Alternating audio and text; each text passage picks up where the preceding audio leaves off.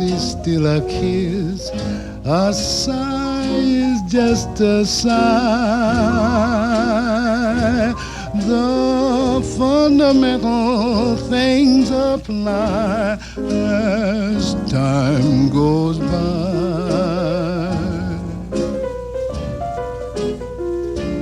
And when two lovers woo, they still say I love you. On that you can rely.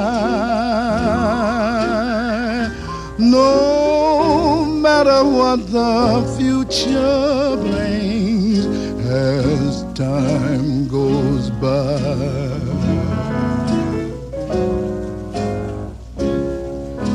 Moonlight and love songs are never out of date. Hearts full of passion, jealousy, and hate. Woman needs man, and man must have his mate that no one can deny. It's still the same old story. Las películas que hago no dan las respuestas, hacen las preguntas. Alejandro Amenábar. Según pasan los años, con Iliana Gómez Gavinosa.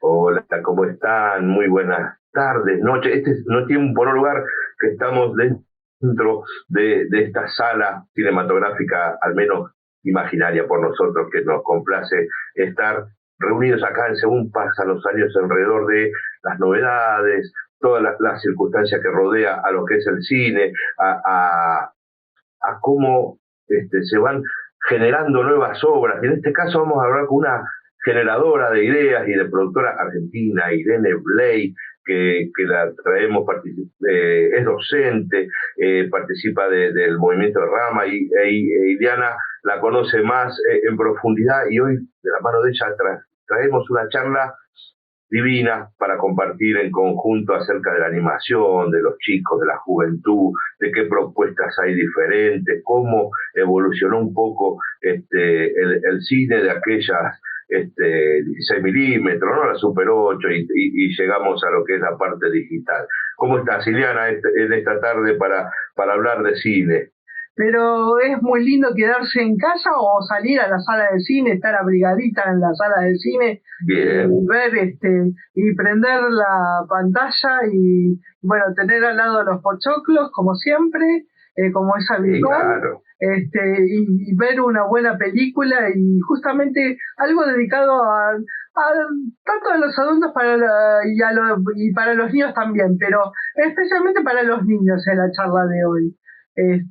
Por supuesto, nuestra querida Irene Blay va a hablar como docente, pero el destino de todo esto son los niños. Bien. Vamos, los invitamos a recorrer esta charla que tuvimos con Irene y después seguimos mirando algunas novedades del cine. Bien, ¿cómo están? Acá estamos a punto de empezar una nueva charla alrededor del cine. Siempre estamos en Según pasan los años con esta inquietud acerca del séptimo arte y acercarnos a realizadores, realizadoras, en este caso una persona muy especial que se llama Irene Blay, que no solo es realizadora de cine, sino es docente, es especialista en animación, pero dejemos a Iliana que nos introduzca un poco en el mundo de Irene. ¿Puede ser, Iliana? Sí, como no, en esta tarde gélida hacemos un poquito de calorcito junto al fogón y vamos a hablar de cine animado con una realizadora argentina nuestra propia, queridísima Irene Blay, un deleite para los chicos, para los jóvenes. ¿Cómo estás, Irene? Muy bien, gracias. Muchas gracias por la invitación. Iliana y Ricardo, ¿cómo les va? Muy bien, y ya teniendo el gusto de compartir este espacio contigo, Y justamente vamos a presentar un poquito a Irene. Irene, como decía recién Ricardo, es realizadora, es docente de animación, tiene un taller para niños, es gestora de un festival de cine, que viva el cine, es ensayista también, además de su tarea de realizadora, alterna su tarea de realizadora con el ensayo sobre el cine animado, con la reflexión sobre el cine animado. Y justamente es autora de un libro hermoso que yo adoro, que se llama Canadá cuadro a cuadro. Y vamos a empezar el diálogo con Irene, preguntándole, bueno, ¿qué es la animación para vos? ¿Qué significado? ¿Por qué la animación y no el cine de ficción y no el cine documental? Bueno, te voy a contradecir. Sí la animación, sí el cine documental y sí el cine de ficción, pero tengo una predilección especial por el cine de animación porque te permite crear algo donde no lo hay. Justamente eso para el cine documental es muy importante, porque permite recrear aquello que ya no está, o algo que fue del pasado, o algo que puede ser futurista. Permite muchas alternativas que si no, no tendríamos. En realidad la animación no tendría sentido realmente si uno no tuviera que inventar todo un universo. A veces es algo maravilloso justamente, ponerse en un supuesto, es casi como una tarea de una diosa, ponerse a inventar un mundo donde suceden cosas. Y por otra parte creo que eso desde siempre me gustó mucho la actuación. En una época de mi vida creí que iba a ser actriz y después me di cuenta que de alguna manera uno sublima ese deseo de actuar a través de los personajes animados. Así que fue muy gracioso cuando yo hice la primera película animada a los 22 años y vinieron mi mamá y mi papá y dijeron, están tus vocecitas, están tus personajes, está todo aquello que mis padres habían visto siempre, ¿no? Bueno, creo que eso. Mirá qué notable, te reconocieron en esa animación inicial, quizás. Pensaba un poco en los géneros, ¿no? Hablabas de que haces ficción, haces otro tipo de audiovisuales o de cine, en este caso, pero la animación permite correr algunos límites de limitancia que tenemos quizás con lo económico, con decorado, o también con el tiempo, ¿no? Irnos decías, para atrás y para el futuro. Sí, es así. Y además, en una época decíamos también que tenés a los actores adentro de una cajita o dibujados, no te faltan los actores, ¿no? Te soluciona algunas cosas, te complica otras, pero bueno, eso desde el punto de vista de la realización. Y después, claro, como dentro de esto de la creación artística, el poder fabricarse un mundo es algo muy lindo, muy grato. El placer que uno siente cuando vos das vida a aquello que no tiene vida es irreemplazable. Sí, realmente sí. Sí, incluso esta labor continua tuya con el arte visual, porque sos artista plástica. No soy artista plástica. No. Eso ahí voy a aprovechar. Yo soy docente, digamos, siempre tuve una vocación artística muy fuerte y una vocación muy fuerte por la educación.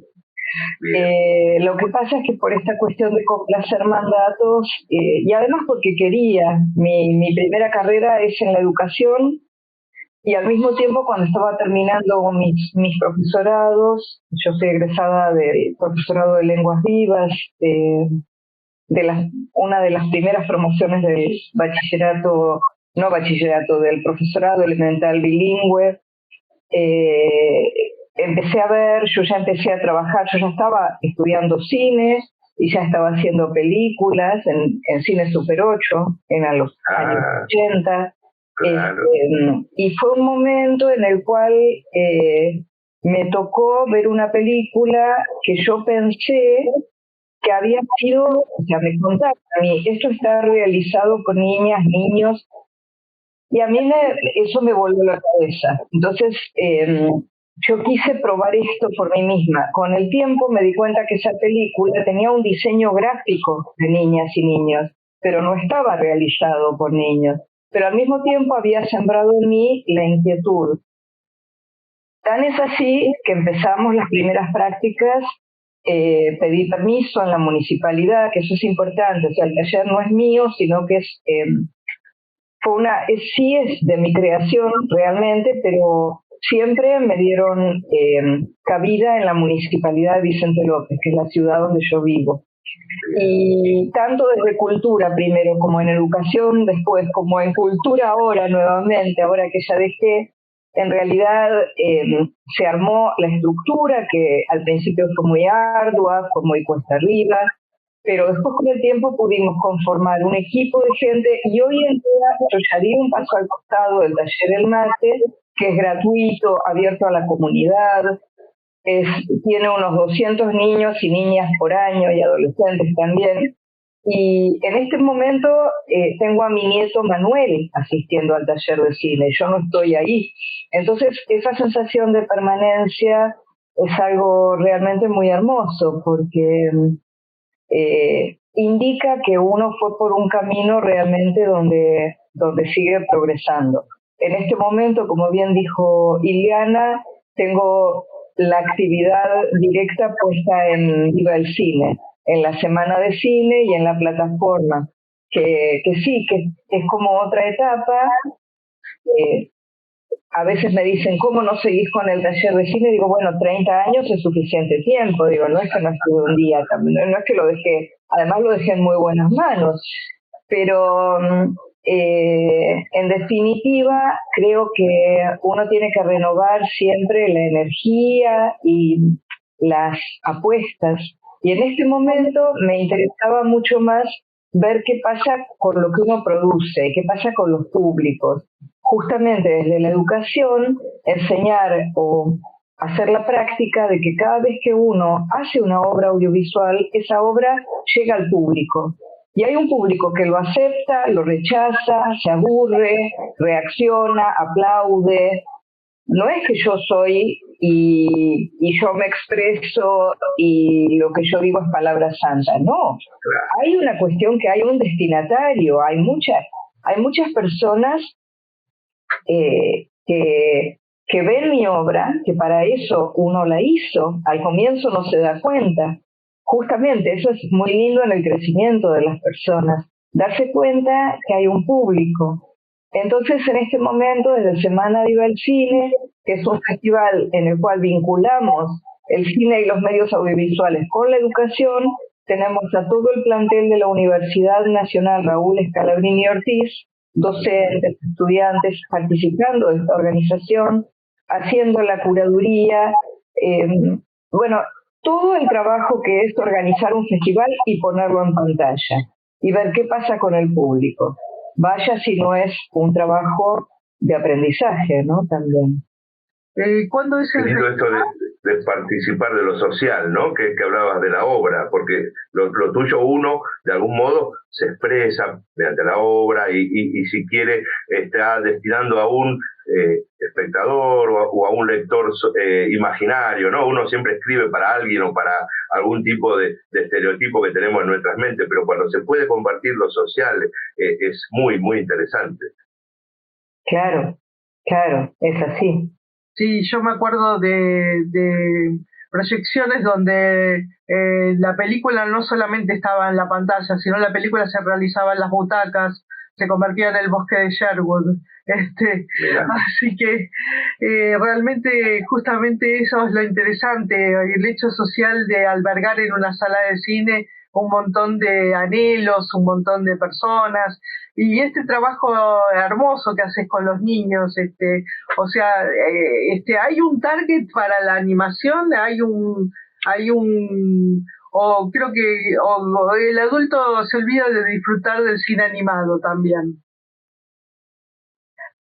No, yo creo que hoy en día la animación está muy presente, tanto para las infancias como para las personas adultas.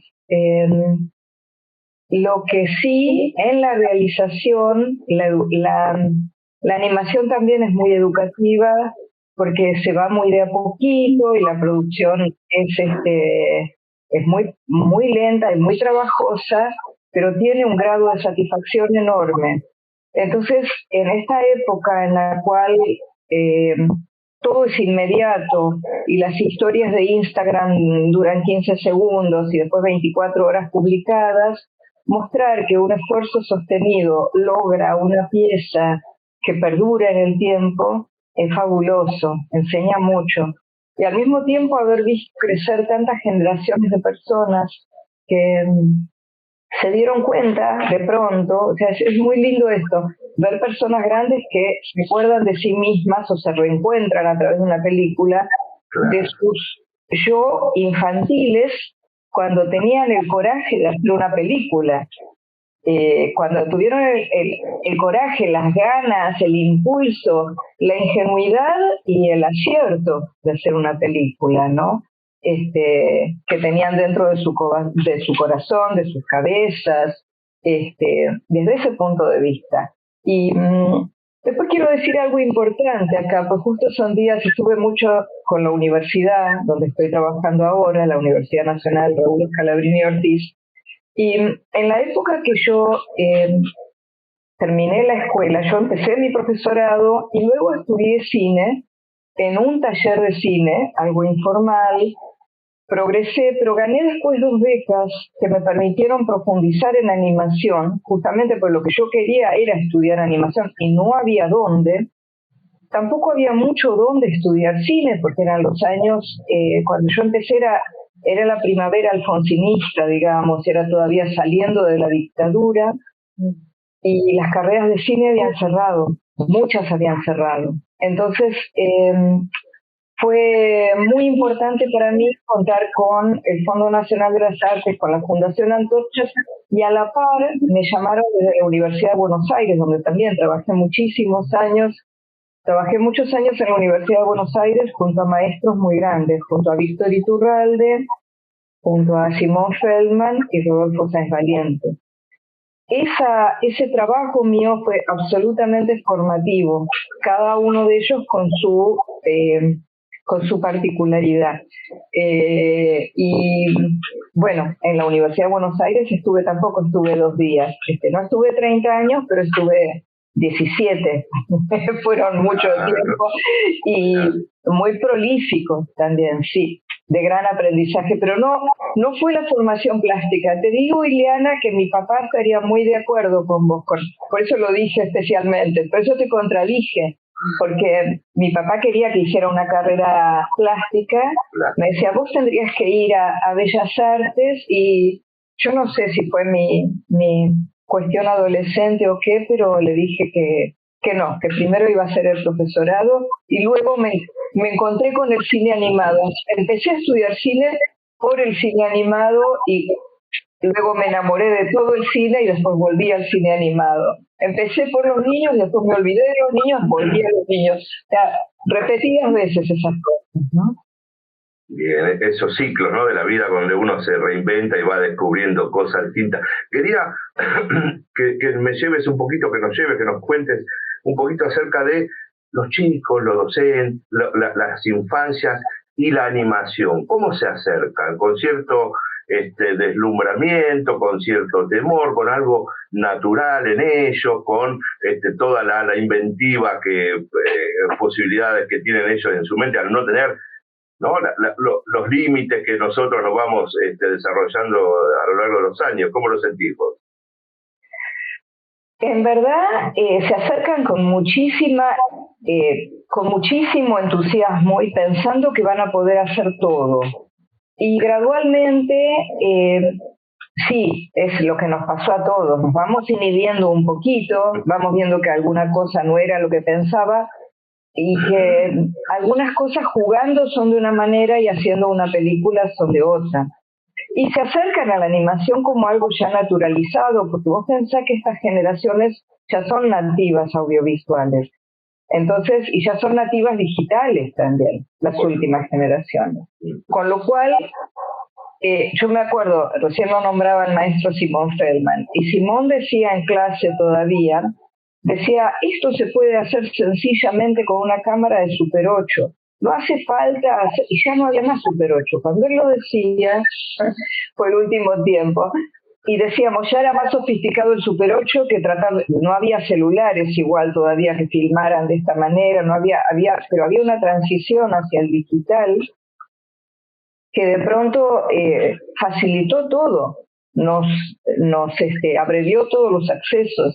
Y eso es lo que yo veo a los chicos ahora, que es mucho más dinámico el haber hecho algo y verlo inmediatamente. Por ejemplo, hacen una animación hoy y la ven hoy, y mañana pueden hacer otra diferente, superándola. Antes teníamos que esperar mandar la película, que la película sea revelada, que sea copiada, que sea enviada de vuelta. En el caso, bueno, cuando se terminó el Super 8 aquí, que fue en los 90, empezamos a trabajar en cine 16 milímetros. Entonces, eso también era muy costoso y uno no mandaba a revelar inmediatamente. Por ahí uno mandaba a revelar una vez que había filmado unos cuantos metros de película, que eran varios minutos. Entonces, ¿cuándo filmamos esto? Lo filmamos tal día. Y, por ejemplo, en el taller de cine nos pasaba que anotábamos detrás de la cámara rigurosamente lo que había filmado cada uno, porque si no iban a filmar sin película. Era una gran responsabilidad. Entonces, hoy en día creo que se acercan con la osadía de siempre, pero que se retiran de ahí con la cosa por lo menos con la respuesta inmediata, con la devolución inmediata que les da su propio trabajo. Y entonces pueden emprender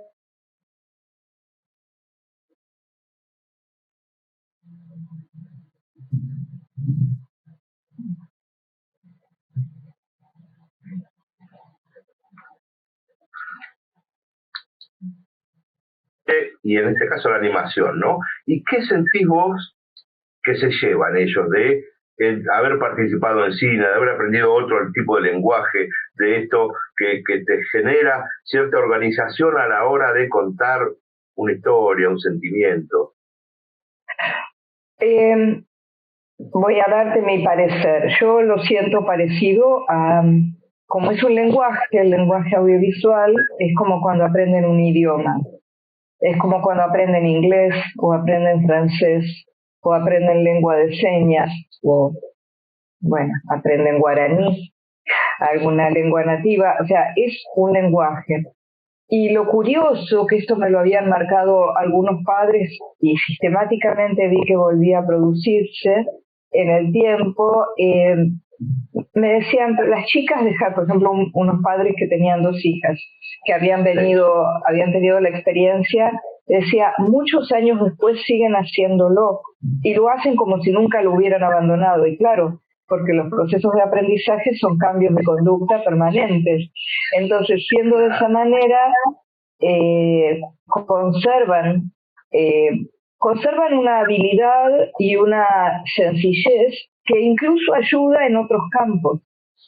También hay hay algo que sucede en las infancias y con las personas jóvenes, y es que a veces les es más fácil comunicarse por medio de la imagen conjugada con el movimiento y conjugada con el sonido que con las palabras. Entonces hay cosas que no habían podido poner en palabras y sí las pueden poner en una película. Lo cual, bueno, es fantástico, ¿no? Sí, sí, por supuesto. Sí, yo digo que una buena película es como un buen libro y sin embargo, la lectura y el cine se retroalimentan recíprocamente.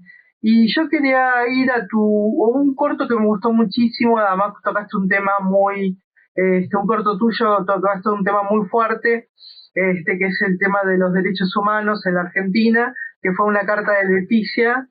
Y me gustaría hablar un poquito de la génesis de esa pieza audiovisual que además fue dignamente premiada en varios festivales de cine y que además dejó mucho contenido y dejó muchos mensajes sobre el tema de derechos humanos, tanto para el adulto como para los niños.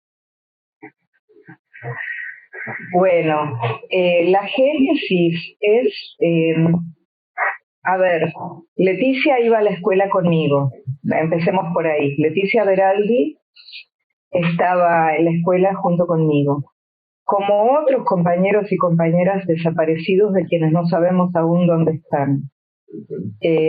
No volvimos a saber de ellos, de la mayoría. De un par sabemos que se los vio en centros de detención, en el Campito, en Campo de Mayo. Creemos que Leticia también, pero a Leticia el origen de esto, Leticia, digamos, hizo una suerte de exilio interno en Chipoleti. Y bueno, la secuestraron con una tarea de inteligencia. A una niña de 17 años la secuestran allá, a la salida del colegio. Todo esto que cuento, que ahora puedo contar, fue muy traumático a nuestra edad, porque esto sucedió cuando éramos niñas y niños, cuando éramos muy jóvenes, y cuando la persona que se sentaba al lado tuyo, la amiga con la que ibas todos los días a gimnasia o a los cumpleaños, dejó de venir y nadie te contuvo ni nadie te dijo nada. Entonces la génesis está en haberlo vivido, por un lado, y en la segunda parte es en cómo aparece esta carta, que yo no la tenía. La carta se la dirige a otra compañera. Resulta que ella, viviendo en Chipoleti, le escribía a todas sus compañeras. De todas estas historias las reconstruimos cuando ya habían pasado muchos años de los secuestros y cuando ya estábamos en democracia, pero todavía no nos habíamos puesto a hablar. Y en ese momento que cada uno, bueno, nos reunimos para tratar de ver, ya era el momento de los juicios, de dar testimonios, y en ese momento no había suficiente material para hacerlo visible y nada, yo veía que me dijeron, ¿podés hacer algo visual? Y vimos que las fotos que habían eran muy pocas. De ahí que era importante darle, bueno, y apareció esta carta, y yo sentí que esta carta, o sea, juntando, yo digo, denme lo que haya, ya que no hay fotos. Yo tenía un boletín, una compañera tenía una libreta de calificaciones, teníamos dibujos de mi amiga Leonora Zimmerman. Cuando aparece la carta, yo sentí que la carta me interpelaba. Y cuando la mostraba, la carta sola era una carta escrita que no contaba mucho. En cambio, si yo mostraba esto como leído por Leticia, como lo debe haber pensado ella, tratando de ponerme en el lugar de ella viviendo en Chipoleti, exiliada de su lugar de origen, que era Nacional de Vicente López, donde estudiaba, escribiéndole a una amiga querida, y bueno, así lo hice. Y bueno, después en la realización de la imagen, ahí tengo algo para mostrar, si es bienvenido, no sé. Pero claro que sí, claro. Tengo algunos de los dibujos. Era acuarela, esto es acuarela sobre papel.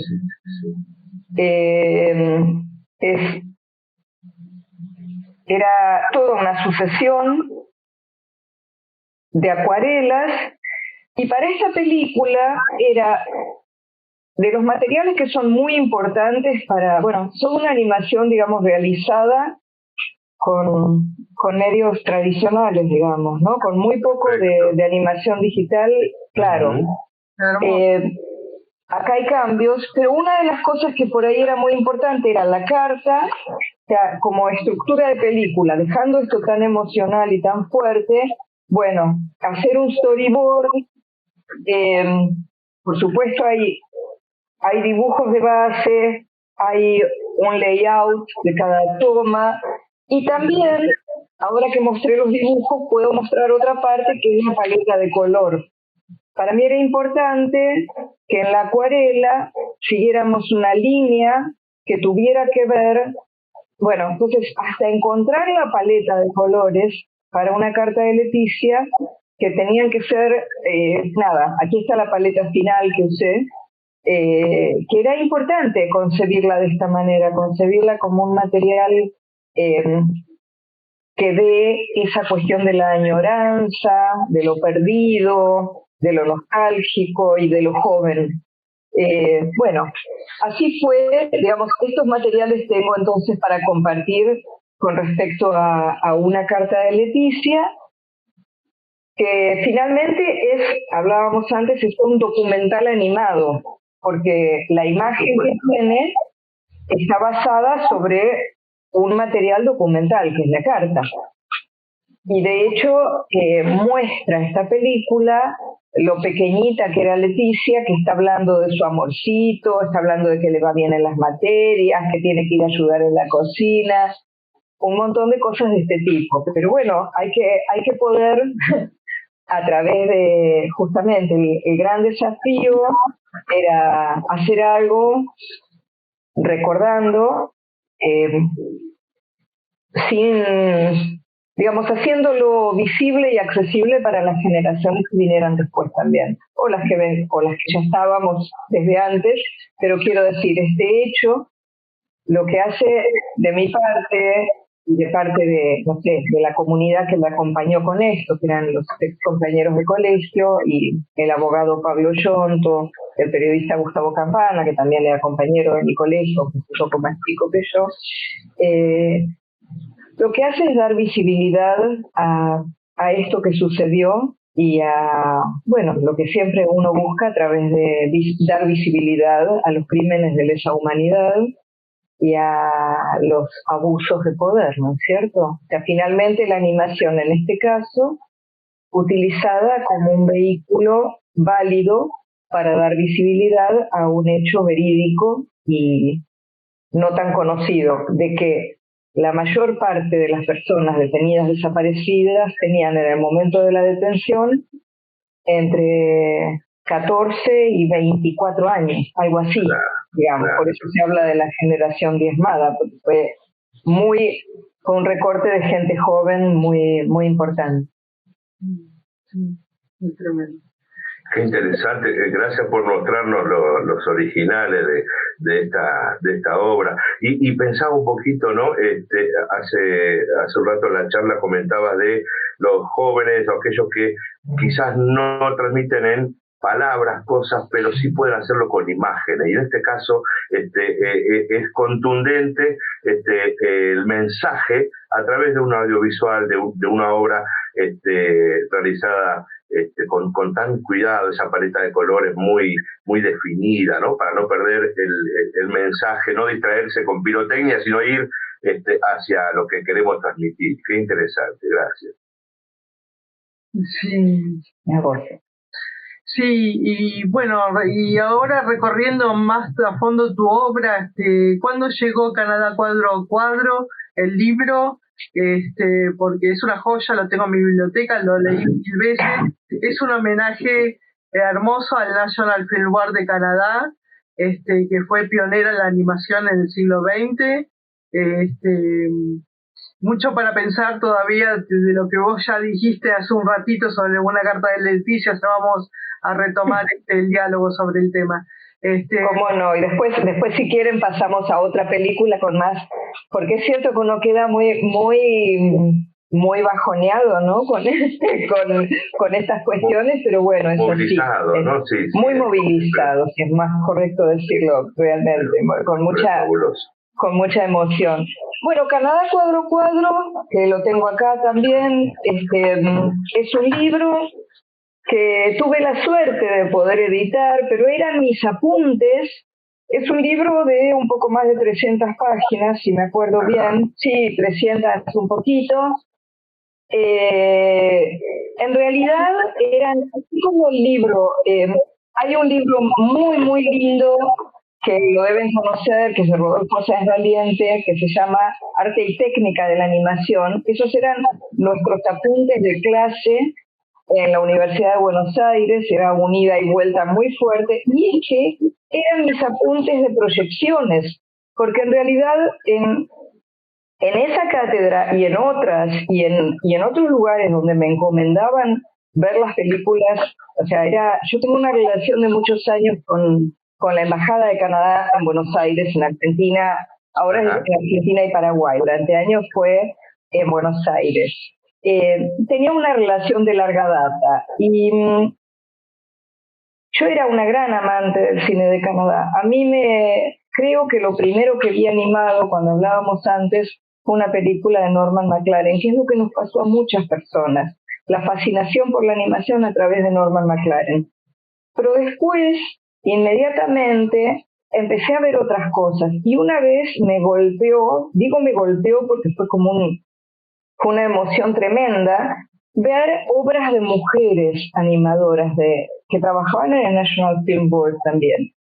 Y en ese momento yo lo que vi fue una filmografía tan rica, tan emocional, con una mirada tan profunda y tan artística, en algunos casos tan desgarrada y en otros también, digamos, con sentido didáctico en algún caso, cuando venía de Evelyn Lambert, o verla, por ejemplo, de Michel Courmayeur, cuando habla de cosas más íntimas, personales y procesos interiores, o cosas más divertidas en el caso de Janet Perlman. En fin, era un mundo extraordinario y yo me empecé a interesar mucho cuando organizaba las proyecciones que me pedía la embajada o que tenía para festivales o para cosas. Yo empecé a tomar nota de los autores porque la motivación era ¿qué hace que estas personas produzcan de esta manera? ¿Y cómo es? Bueno, entonces empecé a ver de cada uno y de cada una distintas cuestiones. Me divertí muchísimo, pero además se lo contaba a todo el mundo en las proyecciones. Veía las películas, pero al mismo tiempo me inmiscuía de alguna manera en las vidas. Y en una de sus ida y vuelta, yo seguía programando películas, me daban películas desde la embajada, yo las veía también, y cada vez me decían, bueno, a ver, vamos a hacer una función de la francofonía. Entonces decía, no, de la francofonía yo necesito la película Cadet Roussel, entonces, y necesito tal película. Era fantástico, porque entonces yo me sentía como, nada, todopoderosa, me sentía como, Gardel con todos sus músicos, decía, bueno, quiero tal película, y me la buscaban y la conseguían. No era como ahora que se consiguen tantas cosas, estoy hablando de hace muchos años, de hace más de 20. Y de pronto surgió la cuestión de que la carpeta donde yo tenía los apuntes de las proyecciones empezó a hacerse más gordita, cada vez más alta, y ya no entraban los apuntes. Entonces busco una caja y ahí me di cuenta que tenía el germen de un libro. Entonces presenté a la embajada, con quien ya tenía relación, pero que esto era otra etapa de juzgamiento, un proyecto que no era para el lado de la docencia, como yo esperaba, sino para el lado de la investigación. Es decir, me hice investigadora por casualidad, en realidad, porque ya lo era de alguna manera, dando clases, pero entonces tuve la suerte de poder viajar a Canadá, de poder ver el National Film Board, no el antiguo que ya no estaba, de poder conocer gente que trabajó con Norman McLaren. De hecho estuve con Grant Munro y le hice una entrevista preciosa, y estuve con Donald McWilliams, y estuve con Paul Driessen, y estuve con todos, o sea, fue y con quienes no estuve pude hablar o pude leer.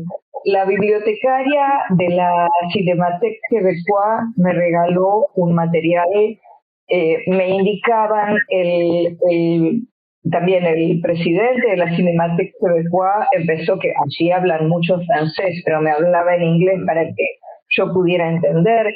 En fin, estaban igual muy fascinados con que alguien supiera tanto del cine de Canadá. De hecho, algunas veces hablaron de, ¿y esto cuándo es traducido al inglés? Y yo digo, pero es la primera obra en castellano. No sean injustos. Para nosotros era muy importante tenerlo en nuestro idioma. Claro que sí. Pero así fue, y luego volví a tener para escribir un libro. Es mucho, mucho, mucho trabajo. Liliana lo sabe eso también, y realmente, bueno, fue un trabajo arduo, prolongado, con mucha exigencia. Por otro lado, yo estaba trabajando a full todavía con la escuela y con la universidad. una gran demanda, pero soy muy feliz de haberlo publicado. El libro se publicó en 2014.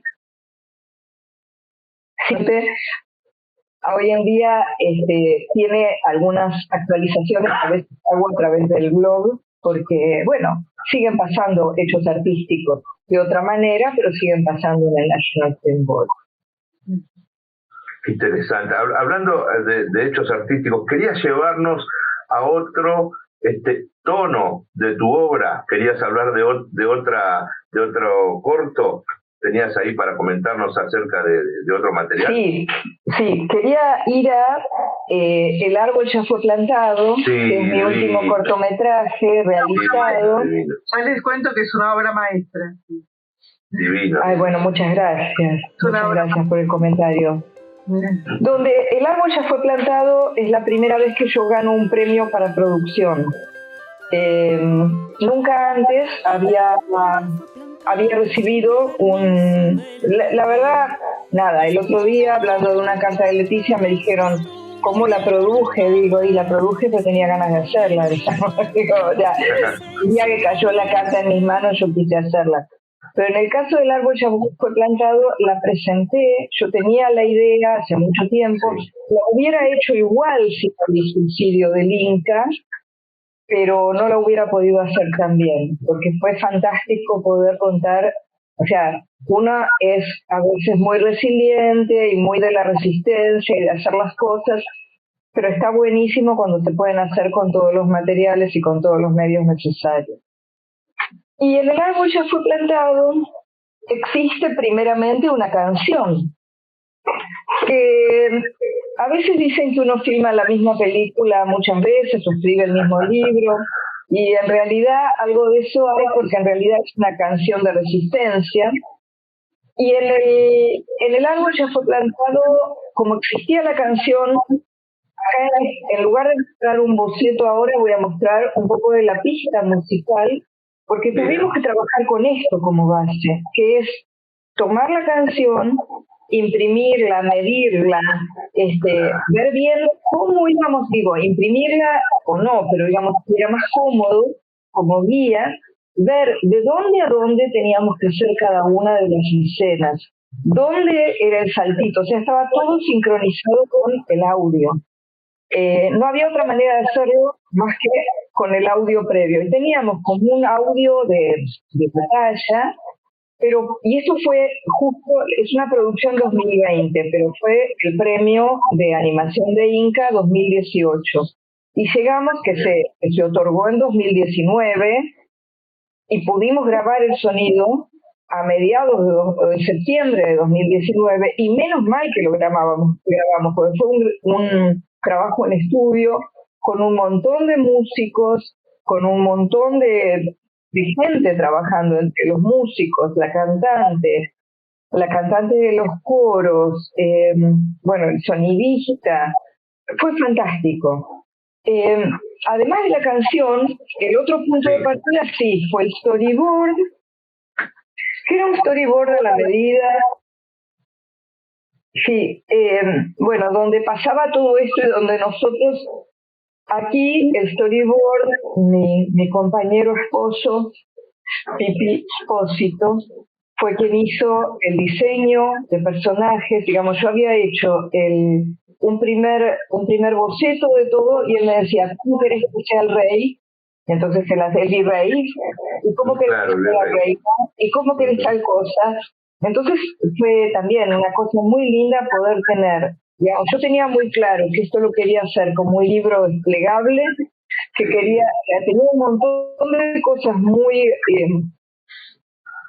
claras, pero el diseño hecho por un dibujante profesional, que además, es una persona tan cercana a mí, ¿no? O sea, fue muy lindo para nosotros porque fue la manera de poder trabajar juntos también en esto. Además de trabajar con todos estos músicos, trabajamos nosotros dos, nos divertimos mucho, la pasamos muy bien y pues nos preguntaron, ¿se pelearon? No nos peleamos, porque en la animación a Pipi no le gusta mucho animar, lo que le gusta es dibujar, pero sí le gustó mucho pintar los pajaritos uno por uno, y le gustó mucho, o sea, lo que a él le gustaba mucho lo hizo, que fue el diseño, digamos, es muy interesante, fue muy interesante la sinergia que construimos entre ambos. Un día Juan Pablo Zaramela me dice, se nota mucho qué hizo cada uno, el que nos conoce a los dos por separado. Y claro, Pipi de a momentos, Pipi tiene un nombre, se llama Claudio, pero bueno, no importa, para todo el mundo es Pipi, ¿cierto? Y lo que para él no era sencillo de representar, para mí sí. Y la maestría que tiene él para la ilustración no la tengo yo. La síntesis que puede lograr, la eficacia, la gracia que tiene su dibujo, porque él tiene un dibujo amoroso y gracioso a la vez, y puede, siempre yo, admiro mucho su capacidad de expresión a través del dibujo, ¿no? Y bueno, él estaba fascinado con que a esto se le pudiera poner movimiento. Él ha trabajado en algún momento, ha hecho extremos de animación, ha trabajado en los estudios de Berlín Online, una vez estuvo, otra vez hizo otro trabajo, pero lo aburre un poco la animación, a decir verdad. Lo que más le gusta es dibujar. Es como los chicos que quieren dibujar todo el día, es así. Bien. ¿Y qué técnica usaste para esta obra? ¿Cómo? ¿Qué técnica usaste para filmar esto? Recortes de papel tipo diorama, y esto es como un stop motion, como una animación corpórea. Lo que quería mostrar, que me parecía importante, contrastando con una carta de Leticia, es que también, aparte de usar el storyboard y luego lo que llamamos el story reel, que es poner todo para ver si funciona, la pista de audio, como mostré anteriormente, también era importante tener nuestra paleta de color. La paleta de color acá, si la comparamos con la paleta de color de una carta de Leticia, vamos a ver que es muchísimo más colorida, muchísimo más vibrante. Nosotros necesitábamos, esto es además papeles recortados, con algunos trazos de lápiz, dándole un poco más de vida, pero era muy importante también ceñirnos a una paleta. O sea, yo todo esto lo cuento porque también me parece muy importante que uno no puede lanzarse a hacer una película sin saber cómo la va a hacer. Es tan importante tener la paleta como tener la historia, como tener, o sea, es parte constitutiva. Uno no puede decir, sí, voy a usar un color, bueno, voy a ver qué color me sale. Así lo haga en digital, tiene que hacer su paleta de color. En este caso, estos son papelitos recortados, aplicados, si los ves.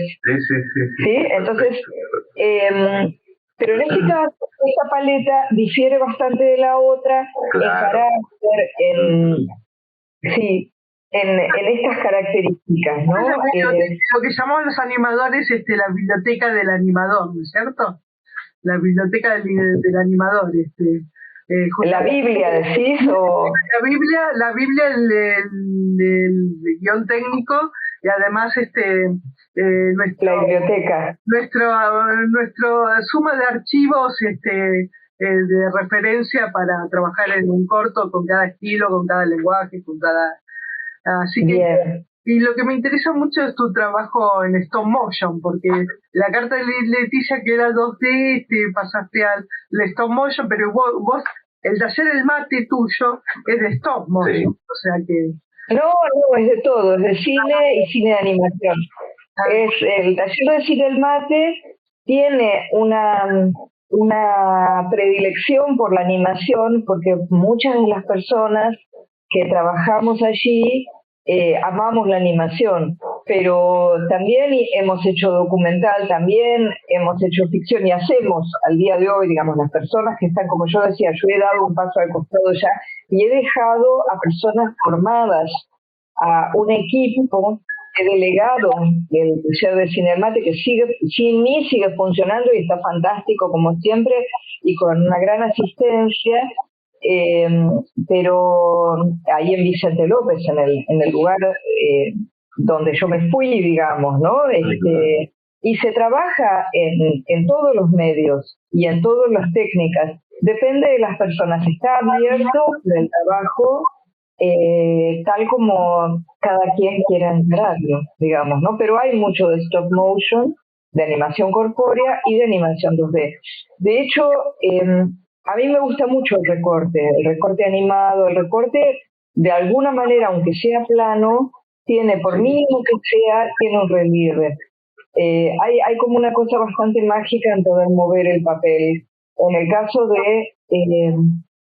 del libro desplegable, que en inglés se dice pop-up, tiene la característica esta de que crea espacio dentro del espacio, digamos, dentro del espacio que hay, crea, en las páginas del libro, crea una dimensión. Entonces, bueno, eso fue muy divertido, fue muy trabajoso también, porque también algo que a mí me gustan mucho las técnicas más tradicionales, más trabajosas y más y que más dolores de cabeza causan, quizá, ¿no? Hay más cansancio, pero están muy bien. Más artesanal, ¿no? Más sí. Otra cosa de orfebre, de ir tejiendo esas ideas. Pensaba, Irene, ¿hay todavía historias por contar? Claro que hay. Hay muchas historias por contar. Hay a veces demasiadas historias y quieren salir todas al mismo tiempo. El tema es que cuando uno termina un cortometraje que ha sido tan trabajoso como este, que además lo terminamos, en medio de la pandemia, fue muy agotador. Fue muy agotador el proceso de postproducción y fue muy desgastante, pues yo entregué la copia A de la película en pandemia. Entonces era ingresar al Inca, al edificio del Instituto de Cine con barbijo, dejarlo otro mundo. Era otro momento, y donde yo lo dejaba después retrocedía detrás de la línea y venía una persona a retirarlo. Era ese momento. Entonces, y fue muy difícil orquestar todo el final, la finalización, pero al mismo tiempo no me arrepiento porque hay algo que conspira contra una obra bien realizada, que es la pérdida de entusiasmo. Yo veo a veces que si uno deja una obra mucho tiempo, uno puede perder el impulso y las ganas de hacerla. Y nuestro hemisferio riguroso del cerebro se pone crítico y dice, esto que estás haciendo no sirve, ya está, ya lo contaste. Bueno, en fin, hay como una cosa de conflicto. Claro. Hay uno de los animadores de Canadá, ya que me preguntaban antes por el National Film Board, por el libro, Canadá Cuadro a Cuadro, hay un animador bastante joven que se llama Jean-François Levesque, que estuvo 6 años haciendo una película muy, muy, muy linda, que se llama, déjame ver cómo era el nombre, bueno, era algo así como el perchero, bueno, ya me voy a acordar. Jean-François Levesque decía, le digo, ¿cómo fue esto de trabajar tantos años para tu película? Y él decía algo así como, ningún ser humano debiera estar tantos años trabajando. Voy a buscar su película para mostrarla acá, porque si no me voy a sentir muy mal si no digo el nombre de la película. Jean-François es súper joven, y aún así, digamos, hizo algo 135, en la página 135. Los que tengan Canadá Cuadro a Cuadro, página 135. Muy bien. A ver si aquí está. Aparece el dato. A ver. Y es esta película que se ve, es esta gráfica. Sí. Perfecto. Y la película se llama The Necktie, la corbata, por eso, la corbata. Fue muy lindo todo el proceso y dijo eso, ningún ser humano debiera estar 4 años haciendo lo mismo. O sea, cuando uno se pasa tanto tiempo haciendo lo mismo, eso es nocivo. En cambio, en el árbol ya fue plantado, lo que fue muy bueno y muy vigorizante es que realmente la terminamos en 1 año. Lo que pasa es que la última parte realmente yo dejé, bueno, el problema ahí es mío, que a veces pongo demasiada energía en las cosas, pero bueno, yo tenía ganas de terminarla como fuera, hubiera pandemia, no hubiera pandemia. Uno sabe lo que hace hoy y no hay que postergar, a mi manera de ver, ¿eh? No digo que para los demás no funcione, porque uno no puedo ser así de arrogante, pero creo que en mi caso, cuando hay impulso de hacer algo, cuando hay ganas, cuando hay disponibilidad, cuando se puede, cuando uno tiene socios, socias que están activos junto a una, está buenísimo hacerlo y terminarlo, porque hay que seguir, vos decías, hay historias para contar. Si no, ¿cómo hago para contar mi próxima historia si dejé pendiente la anterior? ¿No es cierto? Me encantó. Sí, sí, totalmente. Y seguir, ¿no? Esa luz interna, esa motivación que nos lleva a contar en este momento tal historia y de cerrar una etapa. Hablabas de un año y quizás fue rápido. Qué locura, cuánto trabajo hay, ¿no? Detrás de cada obra, de cada... Sí. Claro. Es la película de 7 minutos y tardamos un año y consideramos que estuvo muy bien. Pero las películas animadas demoran mucho tiempo, demandan mucho tiempo. Totalmente. Bueno, así que bueno.